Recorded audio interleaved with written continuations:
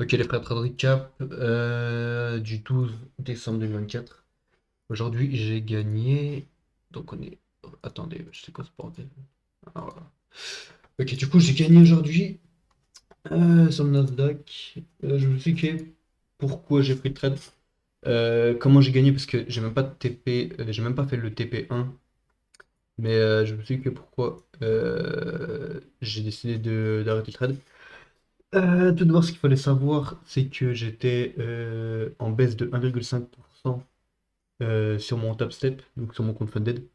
Et sur top step, le truc, c'est que tu as le droit qu'à 2% de drawdown max. Ça veut dire que c'est chaud sa mère, mais si tu le passes, t'es bien. Tu vois.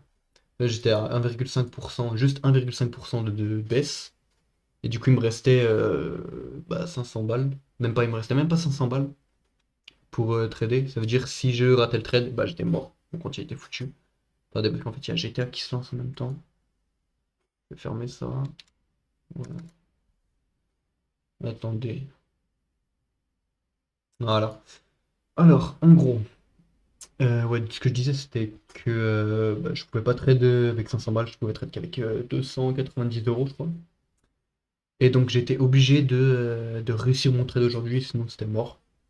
Donc, on va regarder ce que le marché il nous a fait. Donc, en 1 heure, on avait cette liquidité-là, cette liquidité-là et cette liquidité-là. Et celle-là en 4 heures. En bas, on avait des liquidités en 15 minutes. Plus on avait un fair value gap juste là. Sur le S&P, c'était tout pareil. En gros, mon billet, il était haussier pour la journée, moi. Donc forcément, je voulais prendre une hausse. Qu'est-ce qu'on a fait à l'ouverture du marché? On a consolidé sa grand-mère, le price action, il puait sa grand-mère. Sur le Nasdaq, enfin sur le S&P, ce qui est bien, bon là on voit plus, mais ça en gros, si vous voulez, c'est un lot en 1 heure. C'est pour ça qu'au début, je voulais prendre un trade sur le S&P. Au final, j'ai pris un trade sur le Nasdaq. Et bah, voilà, tranquille. Mais le truc, du coup, c'est que c'était pas un lot en 1 heure, c'est un lot en 15 minutes qui était juste là, qui a été sweep. Et là, c'était un lot en 5 minutes. C'est-à-dire que j'avais vraiment besoin de confirmation pour voir si ça allait monter. Donc, on a sweep, tac, tac, tac. Ah oui, d'ailleurs, aujourd'hui, on avait le PPI qui était à 14h30 qui a fait cette bougie-là. Donc, ça, c'était un droit de liquidité aussi pour moi. C'est là que j'ai cut mon trade. Donc, en gros, tac, tac, tac. Attendez, je vais noter ça. Voilà, donc en gros, on a sweep, donc on a sweep ça, je vais noter aussi ça.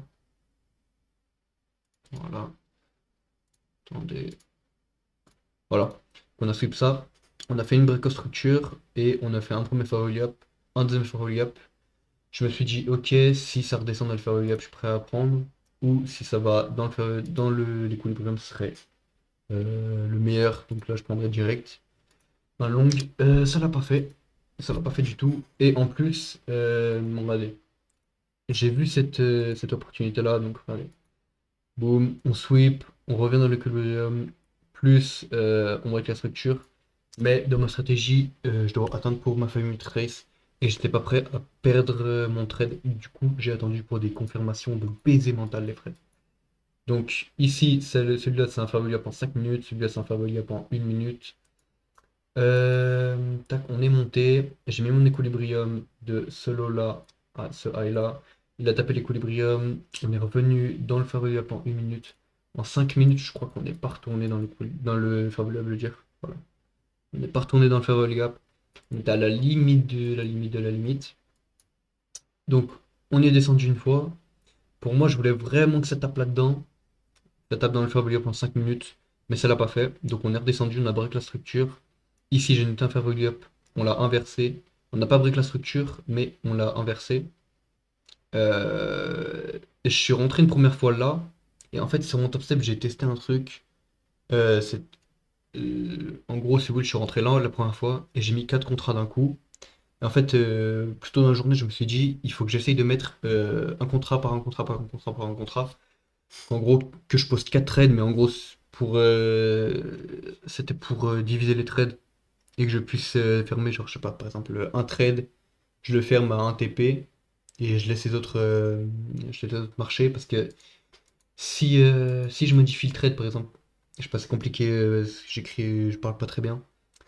Mais en gros, si vous voulez, par exemple, disons que je prends un trade ici, direct avec 4 lots. Et ben en gros, là par exemple, ça c'est mon TP1. Si j'enlève, donc si j'achète un lot, enfin si je vends un lot vu que c'était un long, et ben mon entrée elle va se déplacer. Et ça je sais pas pourquoi, ça c'est top step, c'est trop bizarre. Mais en gros, mon entrée elle va se déplacer. Et du coup, je me suis dit, si je mets 4 trades, je les ferme un par un, et ben mon entrée elle va pas bouger. Qu'en fait ça marche pas, ça met quand même, ça met qu'un seul trade et l'entrée elle bouge. Du coup, j'étais entré ici, mais du coup j'avais fermé plus haut et j'étais re-rentré genre par là là. Quand je suis entré là, j'ai mis mon stop. Juste, au début, je l'avais mis juste en dessous de ça et je l'ai bougé ici après. On est revenu vite fait. Je me suis dit, bon, c'est sûr, ça va me SL, je suis mort. Mais du coup, non.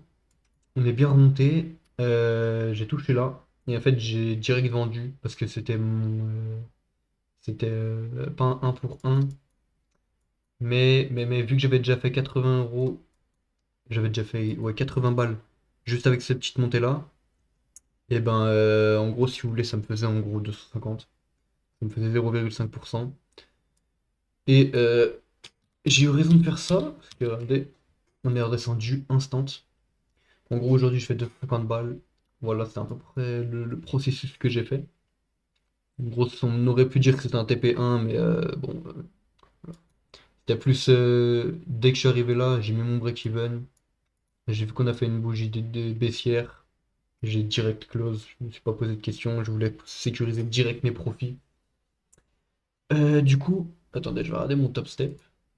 Attendez, je vais pas vous le montrer parce que vous allez me voler mon compte, mon petit bâtard. Je suis à...